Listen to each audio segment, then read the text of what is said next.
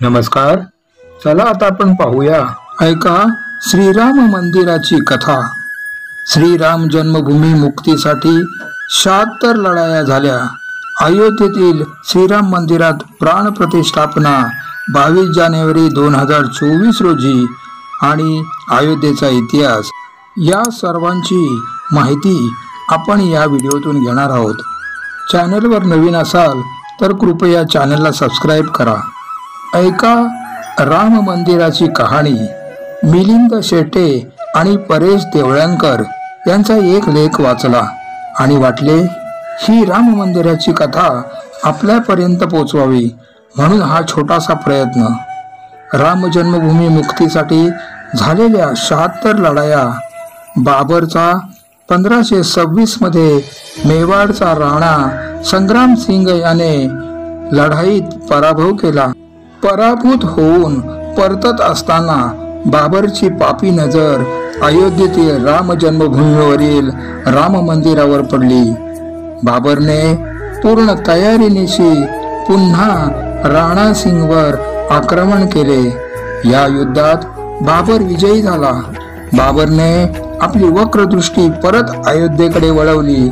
त्याने आपला सेनापती मीर बाकीवर राम जन्मभूमीवरील राम मंदिर उद्ध्वस्त करून तेथे मस्जिद बांधण्याची जबाबदारी सोपवली. राम मंदिराला हात लावणे एवढे सोपे नव्हते.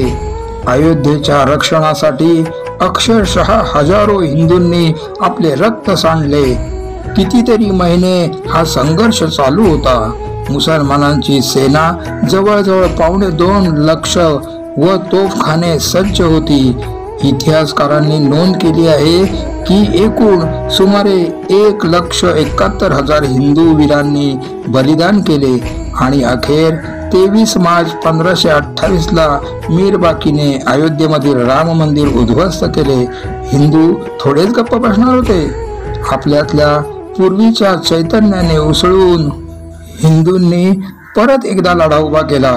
या लढाईचे नेतृत्व सनेथी गावचे थोर रामभक्त पंडित देवीदास पांडे यांच्याकडे आले. पांडेजींनी 70,000ची फौज उभी केली. खुद्द बाबरनेच लिहून ठेवले आहे की एकट्या देवीदीनने 700 मुस्लिम योद्धे ठार मारले. 5 दिवस तुंबळ युद्ध झाले. अखेर देवीदीन पांडेजींना बंदुकीची गोळी घालून ठार मारले गेले. त्यानंतर हसवर रियासतची राणी जयराज कुमारीने 3000 वीरांगणांची एक पलटण उभी केली. राणीने सुमारे 10 चढाया केल्या. अखेरच्या हल्ल्यात राणी रणांगणात मरण पावली. नंतर आला हिंदू संस्कृतीचा मोठा शत्रू औरंगजेब. औरंगजेबाने सय्यद हसन अलीच्या नेतृत्वाखाली बाबरी मशिदीच्या रक्षणासाठी 50,000ची फौज पाठवली. बाबा वैष्णवदास यांनी पंजाब मधील रणझुंजार गुरु गोविंद सिंग यांना मदतीसाठी निरोप धाडला.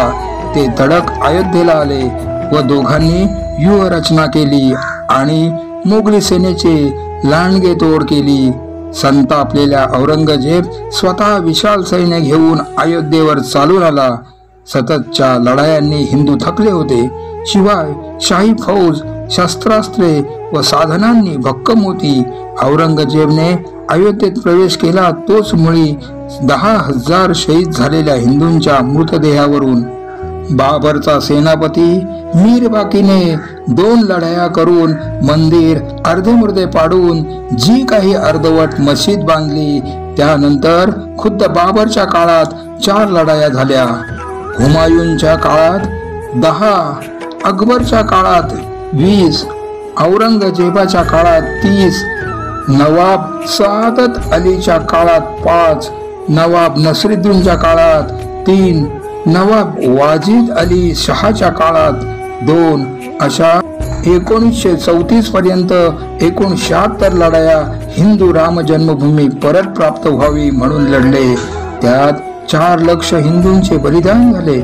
बाबरी घुमटावर भगवा फडकला. स्वातंत्र्यानंतर पुन्हा राम जन्मभूमी आंदोलनाला सुरुवात झाली. 1984 मध्ये राम जन्मभूमी मुक्ती समितीची स्थापना झाली. या आंदोलनाचे नेतृत्व विश्व हिंदू परिषद करीत होती. हिंदू समाजात राम जन्मभूमीची माहिती पोचवण्यासाठी गंगा माता, भारत माता यात्रा, श्रीराम ज्योत यात्रा, श्रीराम शीला पूजन असे अनेक कार्यक्रम देशभरात घेण्यात आले. त्यानंतर प्रत्यक्ष राम जन्मभूमीवर जाऊन कारसेवा करायचे ठरले. कारसेवक अयोध्येपर्यंत पोहोचू नयेत म्हणून त्यावेळचे मुख्यमंत्री मुलायम सिंग यादव यांनी सर्व वाहतुकीचे मार्ग बंद केले होते. 20,000 सशस्त्र जवानांना तैनात केले होते. दिनांक 30 ऑक्टोबर 1990 हा दिवस कार सेवेचा निश्चित झाला. 9:44 हा कार सेवेचा मुहूर्त ठरला. सकाळचे 9:10 झाले आणि मणिराम छावणीचा दरवाजा उघडला. अशोकजी सिंगल बाहेर पडले. बरोबर फक्त 4-5 कारसेवक. अशोकजींना रस्त्यावर पाहताच गल्ली बोळामधून कारसेवक प्रकटू लागले. कसे? अगदी फुटलेल्या वारुळातून मुंग्या बाहेर पडाव्यात तसे अयोध्येचे गल्ली बोळ आता कारसेवकांनी भरून गेले. एवढ्यात हनुमान गडीजवळ उभ्या असलेल्या राखीव पोलिसांच्या एका बसचा ताबा धरमदास पहलवान नावाच्या साधूने घेतला. अनेक कारसेवकांना घेऊन ही बस अक्षरशः पोलिसांनी रचलेले अडथळे तोडीत चालली. मार्गातील अडथळे तुटल्यामुळे अक्षरशः हजारो कारसेवक तिच्या मागे पळू लागले. जन्मभूमीचा परिसर कारसेवकांनी अक्षरशः भरून गेला. कित्येक कारसेवक वानरासारखे घुमटावर चढले. जय श्रीरामच्या घोषणांनी आसमंत दणाणून गेला. रामलल्ला हम आये है, मंदिर यही बनाएंगे च्या ललकार्या उमटत होत्या. शरयू लाल झाली. 2 दिवस विश्रांती घेतली आणि 2 नोव्हेंबरला सकाळी 9 वाजता कारसेवा करायची ठरले. कारसेवा म्हणजे फक्त रामलल्लाचे दर्शन घ्यायचे. सुमारे 50,000 कारसेवक भजने गात निघाले. दिगंबर आखाड्यापाशी पोलिसांनी अडवले. अश्रुधुराची नळकांडी फोडली गेली. कारसेवकांची पांगापांग झाली. एवढ्यात एका पोलीस अधिकाऱ्याचा आवाज लोकांनी ऐकला. एकही गोळी वाया घालू नका, नेम धरून उडवा. आणि नेम धरून गोळ्या घातल्या जाऊ लागल्या. एका दुकानातून शरद कोठारीला चक्क खेचून बाहेर काढण्यात आले व त्याच्या मस्तकातच गोळी घातली गेली. त्याला वाचवण्यासाठी त्याचा भाऊ रामकुमार आडवा आला तर त्यालाही गोळ्यांनी ठार मारण्यात आले.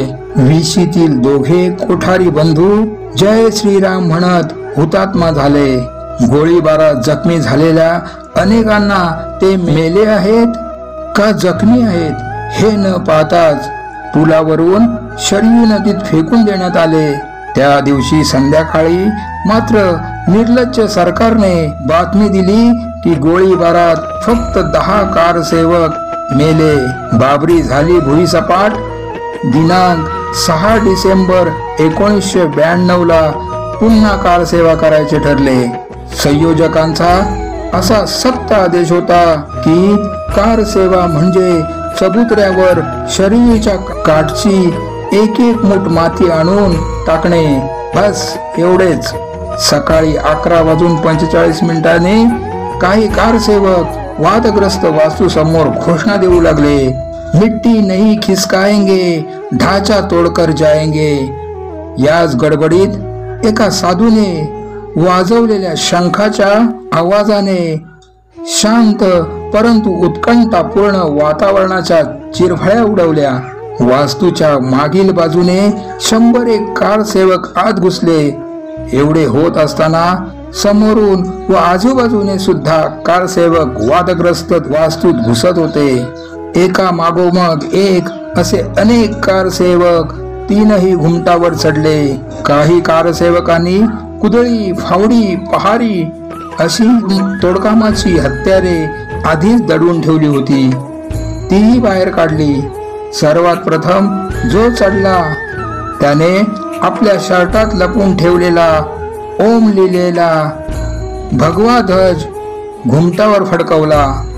आता बेभान होऊन कारसेवक बांधकाम तोडू लागले. दुपारी 2:45 वाजता अचानक मोठा आवाज झाला. धुळ्याचा प्रचंड लोट आकाशाला भिडला. सगळ्यांनी उत्सुकतेने तिकडे बघितले. उजवीकडील घुमट कोसळला होता. एक धक्का और दो, बाबरी मस्जिद तोड दो, या नाऱ्यांनी आसमंत दणाणून निघाले.